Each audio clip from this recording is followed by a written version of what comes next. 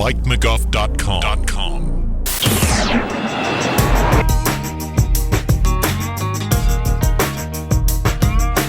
When Ford wanted to photograph its new F-150, F-Series Super Duty, and Expedition King Ranch models at the actual King Ranch, it turned to Texas photographer Wyman Meinzer. And we spent 4 days, and the purpose was to show these vehicles in the environment that one would expect them to be.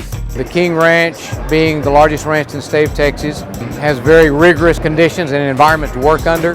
And so we tried to show these vehicles under those working conditions, whether it was the 350 pulling heavy loads or the Expedition, taking a family on an outing. We tried to show the real life scenario. Meinzer, dubbed the Texas State photographer, got into photography by accident. My education is in wildlife biology. I guess I should be a wildlife biologist.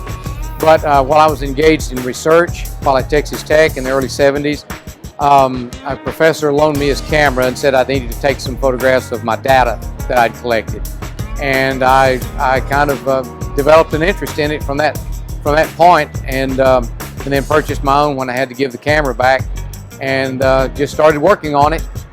And then in the late, I'd say 77, I decided that it might be interesting to do some editorial work. So I started submitting imagery and received a lot of rejection slips, which actually pissed me off.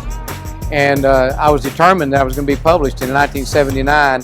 All of a sudden it broke open, and I was published in a couple of magazines at one time, and after that the ball started rolling. By the mid-80s I was shooting for all three of the big New York magazines, Field and Stream, Outdoor Life, Sports Afield. And for budding photographers, he says, learn the basics. Get the right equipment, learn how the equipment functions, know what lenses that you need to apply to certain situations, and practice, and shoot, and be willing to edit. Editing is essential. Don't try to keep every shot, because not all of them are good. Do him a favor and like this video.